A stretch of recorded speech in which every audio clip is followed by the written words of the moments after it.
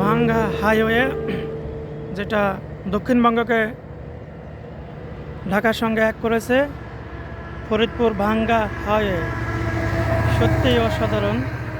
দেখলে মনে হয় বাংলাদেশ সত্যি এগিয়ে যাচ্ছে দুর্বার গতিতে।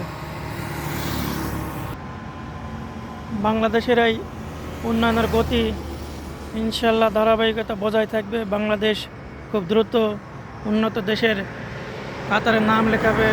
উন্নয়নশীল দেশ থেকে উন্নত দেশে পরিণত হবে।